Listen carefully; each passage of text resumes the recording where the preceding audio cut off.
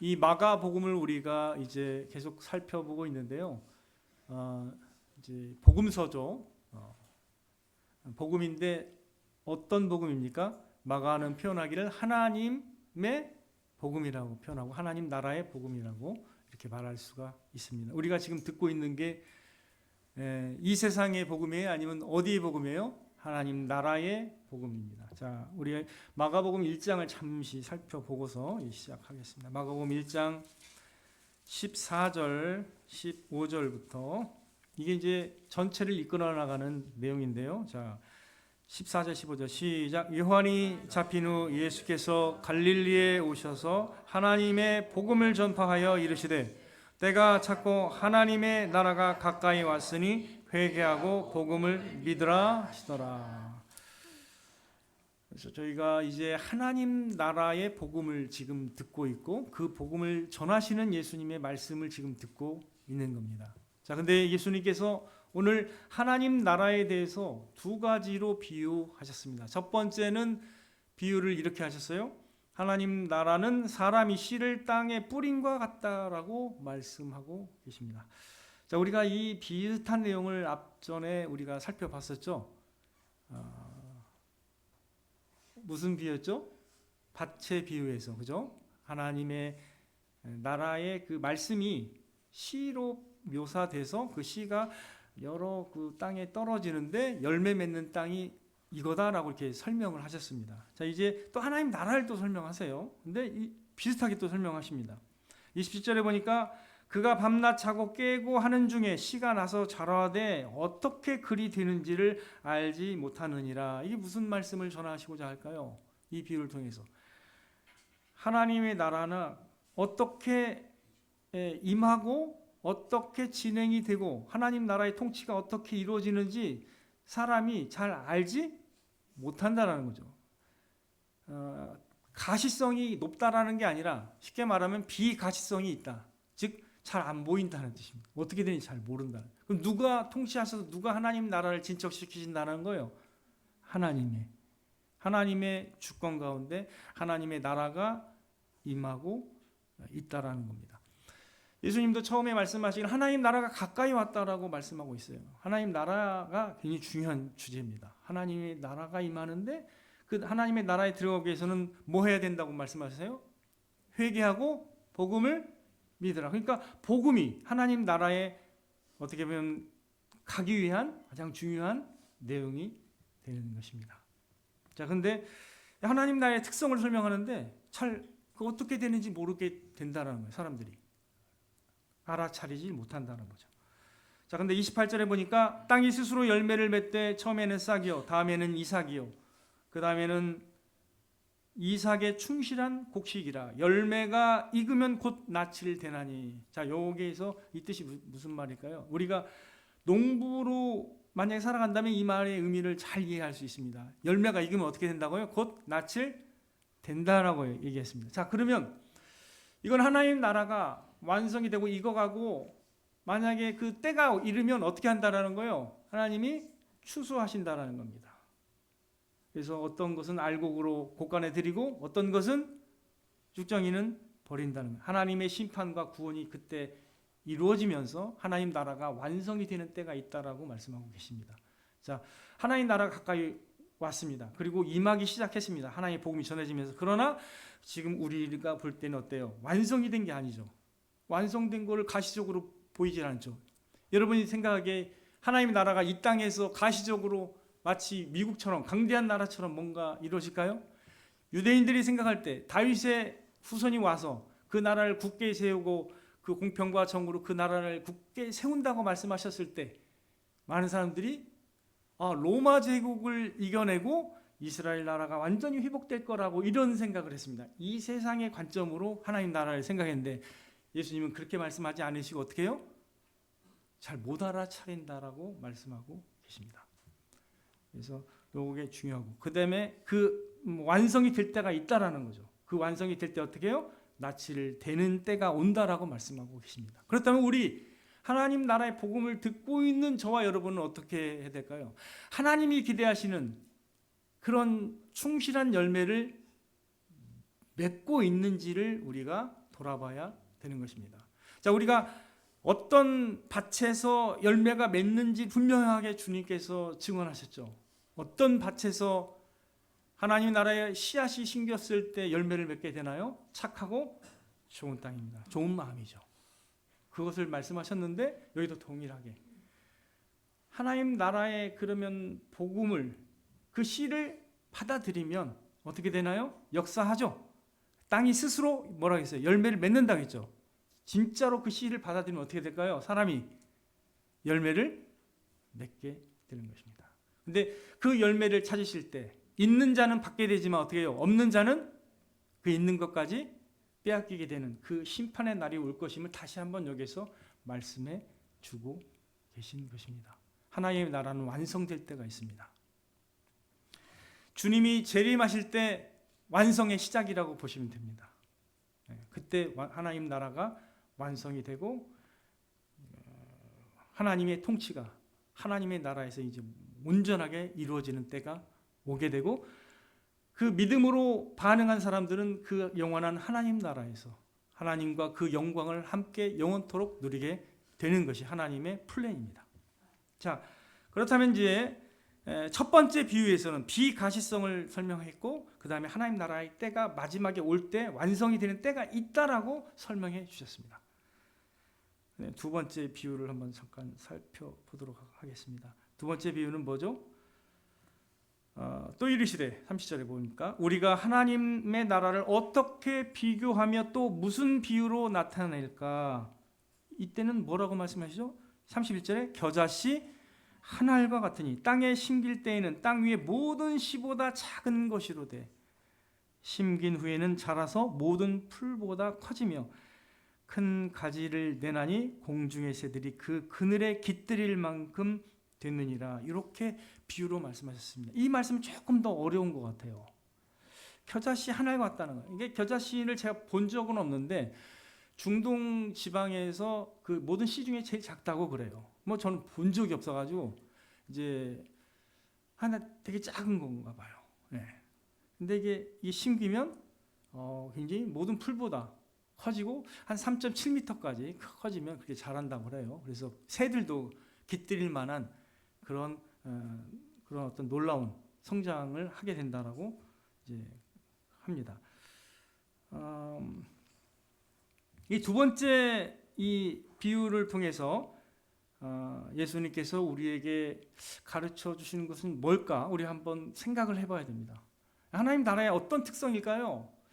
우리가 겉보기에는 너무 작은 것 같이 보여요. 별로 대수롭지 않은 것 같이 보이고 별로 뭐 이렇게 중요한 가치가 있는 것 같지 않은 것처럼 보이는 것이 하나님의 나라라고 말씀하고 있는 거예요. 근데 그게 심기면 어떻게 된다고요? 나중에 엄청나게 자라고 풍성해지고 다른 것들이 거기에 깃들일 정도로 이렇게 풍성해지는 하나님 나라의 충만함을 얘기하고 있는 것입니다.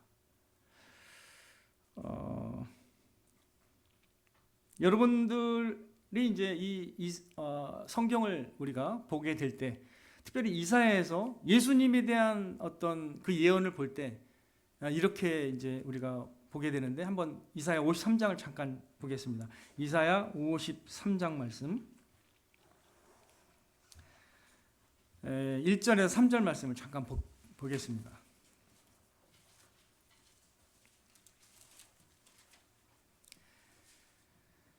자, 1절부터 같이 읽을게요. 자, 이사야 53장 1033페이지에 있습니다. 같이 읽겠습니다. 시작. 우리가 전한 것을 누가 믿었느냐? 여호와의 팔이 누구에게 나타났느냐? 그는 주 앞에서 자라나기를 연한 순 같고 마른 땅에서 나온 뿌리 같아서 고운 모양도 없고 풍채도 없은즉 우리가 보기에 흠모할 만한 아름다운 것이 없도다. 그는 멸시를 받아 사람들에게 버림받았으며 간고를 많이 겪었으며 질거를 하는 자라.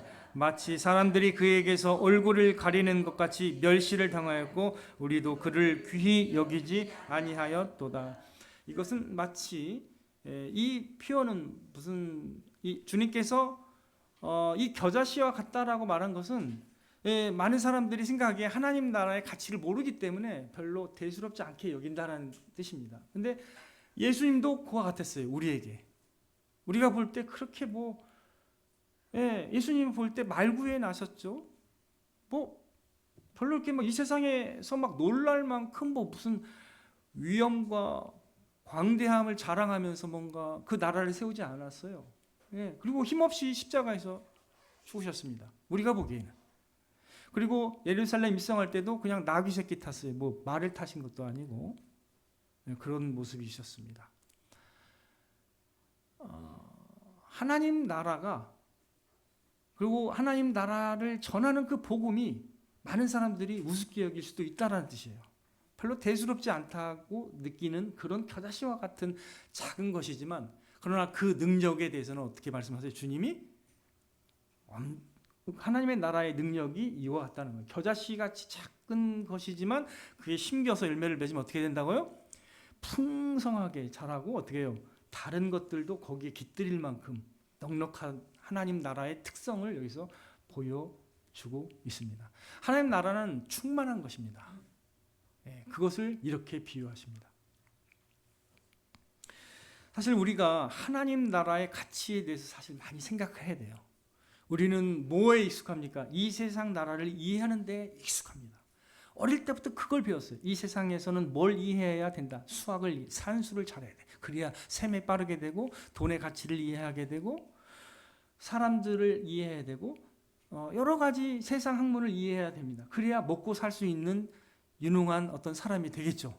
맞아요. 필요합니다. 이 세상에서 어떻게 살아야 되는지에 대해서 잘 교육을 받게 되는 것이죠. 필요해요. 그런 교육이 쓸데없다고 말하는 건 아닙니다. 그러나 이 세상은 어떻게 된다고요? 영원한 세상이 아닙니다. 다 지나가는 것입니다. 하나님이 심판하실 때 이 세상도 사실 흔들리게 되고 영원하지 않아요. 여기서 속가가지고 알곡만 하나님께서 하나님의 나라에 들어가게 하시는 것입니다. 그래서 하나님 나라가 영원한 나라이기 때문에 우리가 기도할 때도 어떻게 기도하라고 했어요? 하늘에 계신 우리 아버지여, 이름이 거룩히 여김을 받으시오며 하나님의 나라, Your kingdom come, 당신의 나라가 임하시오며. 이게 우리의 기도의 첫 번째 중요한 기도 제목입니다. 하나님의 이름과 그분의 나라가 가장 중요한 거예요. 그 나라에 우리가 가지를 못한다면 저와 여러분 사실 의미가 없어요. 이 세상에 잠깐 살다 그냥 가는 거 외에는 의미가 없습니다. 왜? 영원한 세계가 있는데 그 하나님의 나라에 가지 못하고 만약에 지옥에 간다면 가장 큰 재앙이잖아요. 그죠? 그래서 우리의 관심사는 어디에 가야 된다고요? 하나님의 나라입니다. 다시 말씀드리지만 이 세상 나라가 아니에요. 예수님이 빌라도 앞에 섰을 때 이렇게 네가 유대인의 왕이냐 그렇게 물었을 때 그렇다라고 말했습니다. 근데 그 다음 질문을 대답 안 하셨거든요. 계속 질문을 안 하니까 내가 너를 놓을 권세도 있는 줄 네가 모르냐 하면서 자신의 권위를 자랑했습니다. 빌라도가. 그때 예수님이 뭐라고 했습니까? 이 나라는 내 나라가 아니라고 했습니다. 만일에 내가 12형 되는 더 천사를 보내서 이거를 엎을 줄 모르느냐 이렇게 말씀하셨죠. 주님도. 그런 권세가 있어요, 없어요? 있습니다. 근데 주님이 본질적으로 말하기에 이 나라가 내 나라가 아니라고 말씀하셨어요. 구분했습니다. 그래서 예수님이 처음부터 전하신 게 하나님의 나라입니다. 그러면 예수님께서 승천하시기 전에 부활하신 후에도 전한 게 무엇이었을까요? 40일 동안 부활의 몸으로 이 땅에 계셨을 때 무엇을 전하셨을까요? 사도행전 1장에 보면 40일간 하나님의 나라의 일을 말씀하셨다라고 기록하고 있습니다. 예수님의 관심이 어디에 있다고요? 하나님의 나라입니다. 저와 여러분을 향해서 관심을 갖고 있는 이유가 뭐예요? 하나님의 나라입니다. 하나님의 나라의 가치와 소중함과 위대함을 알고 있다면 우리가 복음을 얼마나 소중히 대해야 되는지를 깨닫게 되는 겁니다. 이 세상에서 잘 먹고 잘 살기 위해서 직장을 잘 가져야 된다는 것은 감각적으로 알고 있는데 열심히 준비합니다. 헌신합니다. 세상을 위해서 아침부터 늦게까지 헌신하면서 일합니다. 영원한 게 아닌데도 그렇게 하죠. 근데 하나님의 나라를 모르기 때문에 자신의 조그만 마음도 내어드리지 못하는 미련한 삶을 살게 되는 것입니다. 되게 중요한 거예요. 하나님 나라가 여러분에게 가장 치명적인 그 주제라는 걸 기억해야 됩니다. 만약 이걸 깨닫지 못하면 우리가 신앙생활해도 방향이 없는 거예요. 자, 여러분은 복음의 목적지가 어딜까요? 한번 질문을 드려볼게요. 복음의 목적지는 어디입니까? 여러분이 복음을 들었어요. 복음의 목적지는 어디예요? 그의 나라입니다. 하나님의 나라입니다. 영원한 하나님의 나라입니다. 이걸 이해를 못하면 안 됩니다. 복음은 어디를 지향하고 있다고? 항상 하나님의 나라입니다. 여러분들 하나님의 나라가 겨자씨처럼 이렇게 비유가 되었습니다. 그러나 그 하나님의 나라는 겨자씨와 같은 작은 복음의 그 복음이 우리 마음에 심기면 어떻게 된다고요? 능력으로 열매를 맺고 충만하게 될 것입니다.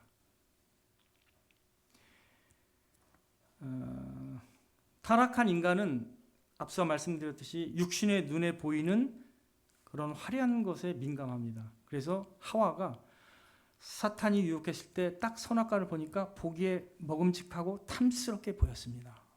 감각적인 것에 이끌리게 되지, 사람은. 그러나 하나님의 나라는 그렇게 보이지 않게 만듭니다. 이게 그래서 많은 사람들이 오질 못해요. 그래서 하나님 나라에 대해서는 항상 예수님이 적은 무리여 이렇게 말씀하세요. 들을 만한 사람이 별로 없어요. 한번 볼까요? 누가복음 12장 말씀입니다. 누가복음 12장 말씀에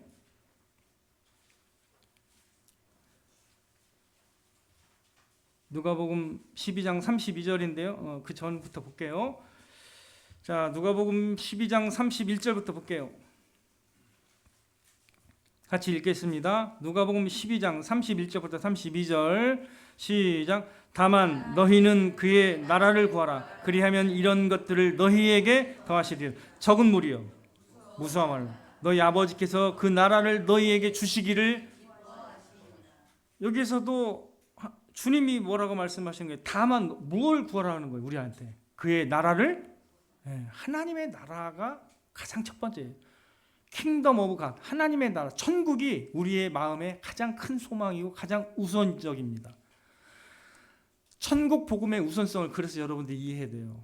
하나님의 나라의 복음이 우리에게 가장 중요한 거예요. 그리고 하나님 나라가. 자, 근데 32절처럼 적은 무리요. 이게 많아요? 무리가 적다는 거예요. 알아듣질 못하기 때문에. 하나님께서 눈과 귀를 열어서 보게 할 때 믿을 수 있는 거기 때문에 적은 무리라고 표현하고 있습니다. 그래서 근데 하나님의 마음이 표현되어 있어요. 하나님의 어떤 마음을 갖고 계세요?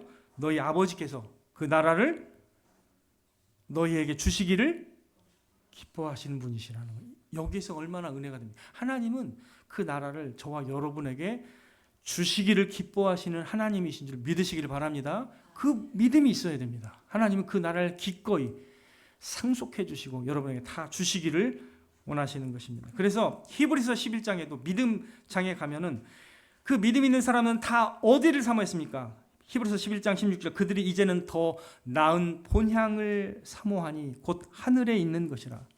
뭘 이게 의미하는 거예요? 하나님 나라, 천국을 의미하는 것입니다. 더 나은 본향이 있음을 이해할 때, 믿을 때 우리가 날마다 소망 가운데, 임종을 앞두고도 소망 가운데 믿음으로 살아갈 수가 있는 것입니다. 그래서 소망을 가져야 돼. 우리가 그냥 한낱 그냥 죽는 그냥 인생뿐이지 이렇게 생각하는 거는 아주 나쁜 가치관인 거예요. 이게 하나님을 인정하지 않는 가치관이 얼마나 진짜 축소된 가치관인지를 이해해야 됩니다. 충만한 이해를 해야 됩니다. 여러분들, 하나님은 영원하시고 하나님의 형상으로 지음을 받은 인간은 영원한 존재예요. 영이 있는 거예요. 그래서 영이. 왜 영이 이 육체에 왔어요? 이 시간에. 사유하고 생각하고 알 수 있는, 사랑하고 참된 걸 선한 것을 사랑할 수 있는 능력이 있어요, 없어요? 우리한테. 있잖아요. 이렇게 아름답게 지셨는데 우리의 눈과 귀가 어디를 향하느냐에 따라 다른 거예요. 내가 눈과 마음이 어디를 사랑하고 기뻐하느냐에 따라서 어떤 건 안 들려요. 욕심에 빠진 사람을 여러분 한번 되돌이킬 수 있어요? 어떤 욕심에 빠진 사람을 저는 안 된다고 생각합니다. 그래서 중독이 어려운 거예요. 치유가. 왜? 그 사람은 거기에 그냥 그것밖에 몰라. 그것밖에 할 줄 몰라요. 그걸 해야 기쁨이 온다고 보는 거야. 그게 우상이 된 거예요. 어차피 사람은 다 하나님을 대체하는 그 대상이 있는 거예요. 여러분이 그걸 이해해야 됩니다. 그래서 우리가 하나님의 복음을 전할 때, 또 하나님의 복음을 이해할 때, 그리고 우리가 신앙생활할 때 하나님 나라가 중심을 차지하기 위해서는 하나님 나라가 어떠한 건지를 이해해야 됩니다. 이렇게 하나님 나라는 능력이 있다라는 걸 믿으시길 바랍니다. 하나님 나라는 또 흔들리지 않는 영원한 완전함이 있어요. 여러분, 그래서 이 성경에서 소개하는 바를 한번 말씀을 드릴게요. 히브리서 12장 28절입니다. 뒤로 히브리서 12장 28절 한번 찾아보세요. 히브리서, 신약 성경 히브리서입니다. 366페이지, 히브리서 365페이지예요. 더 나가네. 367페이지인가요? 네. 12장 28절, 368페이지네요. 같이 읽겠습니다. 자, 시작. 그러므로 우리가 흔들리지 않는 나라를 받았은즉 은혜를 받자. 이로 말미암아 경건함과 두려움으로 하나님을 기쁘게 섬길지니.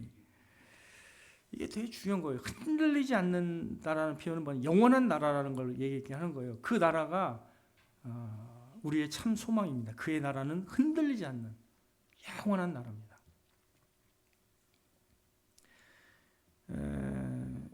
여러분, 이 인간 역사를 알지만 그 세계의 대제국을 형성했던 많은 제국이 있는데 어떻게 됐어요? 다들?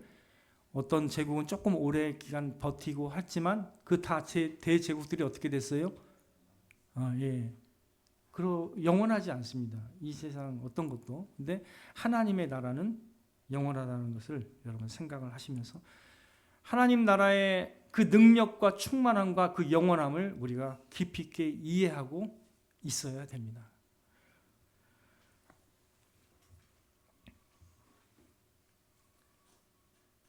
사탄은 예수님을 시험할 때 천하만국과 그 영광을 순식간에 보여줬습니다. 그러면서 뭐라고 말했는지 아세요? 네가 나한테 절하면 내가 이 모든 것을 너에게 주리라. 사탄의 방식은 이렇게 순식간이고 감각적이에요. 근데 하나님은 그런 약속을 하지 않으세요. 뭔가 조용해요. 드러나지 않아요. 비가시성이 있습니다. 근데 능력이 있어서 열매를 맺어요. 충만함을 경험하게 하세요. 그래서 온갖 박해와 환난 가운데서도 북한 예수님 믿는 사람들이 지금도 믿음을 지키고 있는 거예요. 120cm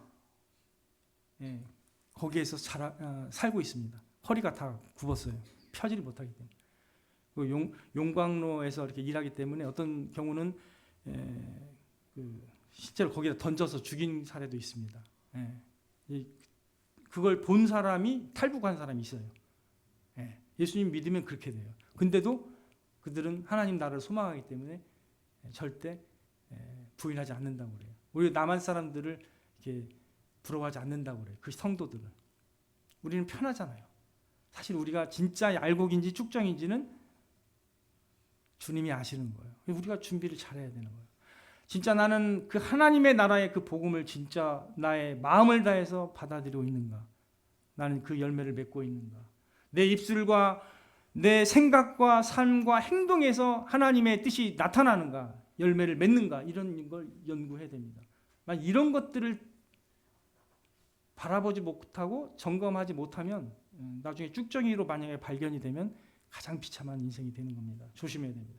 여러분들, 그러니까 제가 이렇게 경고하는 것이 필요한 거예요. 그 누구도 여기에서 낙오자가 없게 되기를 바라기 때문에 그런 말씀을 드리는 겁니다. 점검해야 됩니다. 본인이 믿음이 확실한다 해도 항상 겸비한 심령으로 준비돼야 됩니다. 나는 과연 착하고 좋은 마음으로 말씀을 받아서 열매를 맺는 사람인가? 아니면 그냥 듣고 귀로 흘려버려서 그냥 내 마음대로 내가 주인이 돼서 살아가는가? 조사해봐야 된다니까요. 아예 깨닫지를 못하는가? 조사해야 됩니다. 깨닫지 못하는 사람은 진짜 하나님의 역사가 필요합니다. 눈과 귀가 열려야 돼요. 안 그러면 영원히 지옥에 있게 될 거예요. 왜? 그 영원하신 하나님이 그렇게 인내하시고 참으시면서 자기 아들까지 십자가에 달려 죽게 하시면서 모든 헌신을 다 했는데 그걸 거절하고 멸시했기 때문에 하나님 나라에 들어갈 수가 없게 되는 것입니다.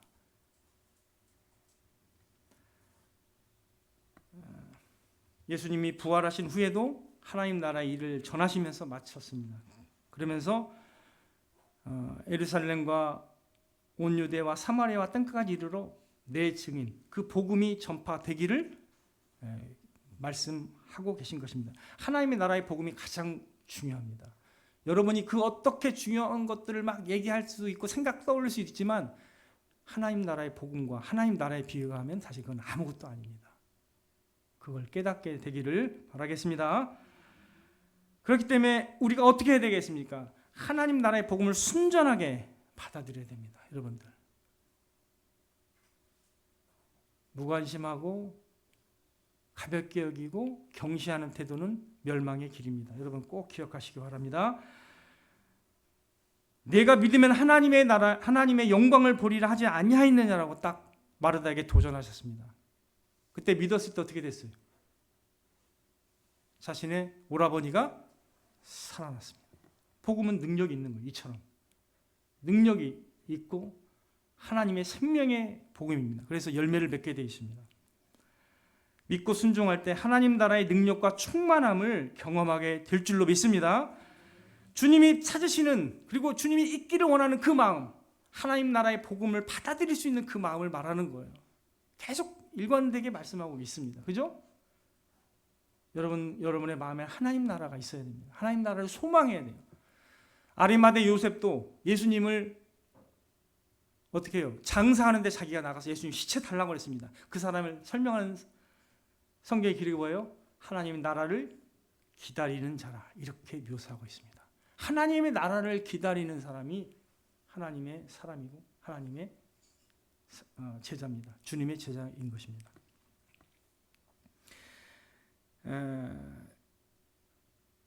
참으로 여러분 마음에 주님이 찾으시며 주님이 그토록 기대하시는 그 마음이 있다면 여러분들은 하나님의 나라의 복음을 순전하게 받아들이셔야 하는 것입니다. 그리고 순전하게 받아들인다면 반드시 열매를 맺게 되어 있습니다. 여러분의 마음에서 열매를 맺고요, 여러분의 입으로, 여러분의 행동으로, 여러분의 삶으로 아름다운 변화가 일어나고 주님을 닮아 나가는 모습이 보여야 됩니다. 실제로 이제는 추상적으로 얘기해서는 안 돼요. 삶으로 나타나야 됩니다. 여러분들, 복음이 삶으로 나타나야 됩니다. 버릴 건 버리고 과감하게 해야 되는 거예요. 주님을 선택하고 주님을 따르기로 작정해야 되는 것입니다. 하나의 나라의 복음은 그렇게 우선성이 있는 거예요. 하나님 나라의 복음이 가장 우선적입니다. 다른 건 다 집어치워야 돼요. 그런 믿음이 여러분 있어야 됩니다. 하나님이 부르시고 하나님이 말씀하시면 내가 순종하겠다, 이런 자세가 있을 때 변화의 열매가 맺히는 거예요. 다른 욕심과 다른 것들이 즐비하게 다 있는데 어떻게 열매를 맺겠습니까? 못 맺어요.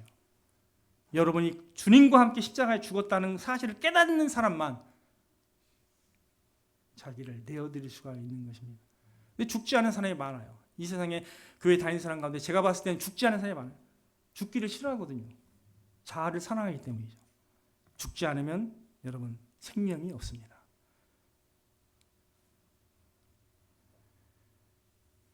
여러분, 주님이 기대하시는 그 마음을 여러분이 소유해서 충만하신 하나님 나라의 복음을 경험하고 삶으로 충만하게 누리는 저와 여러분 되시기를 주님의 이름으로 축원을 드립니다.